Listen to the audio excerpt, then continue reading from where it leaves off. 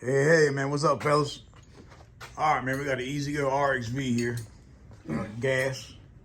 I'm gonna show you how to adjust the brakes on this one. It's kind of a different design than any other cart.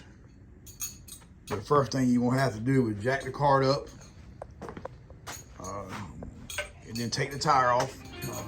And once you take the tire off, if you look under here, you'll see your brake cable. Then you have two nuts. Nut there. All right, well, just video and send it to me. Video it, send it to me. 3/4 wrench.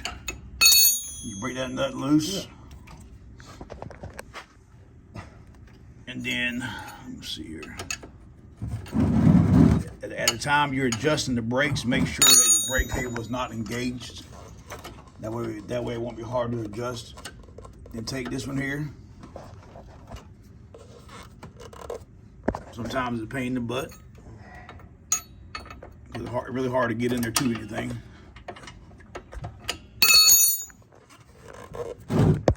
And then you tighten the nut back up here.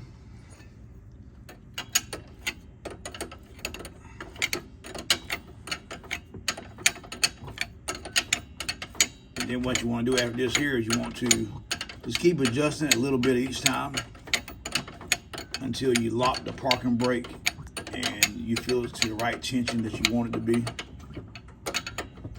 And like I said, this is the only brake adjustment on this whole golf cart. It's on the passenger side wheel. You can adjust it from the bottom, man, but it's kind of a pain in the butt. And then you want to take it and just try to lock your parking brake until you get the right tension on it where it locks. All right, man, that's how you adjust the brakes, man. The EZGO RXV, man. Thanks for watching, man. Hit that like button for me, man.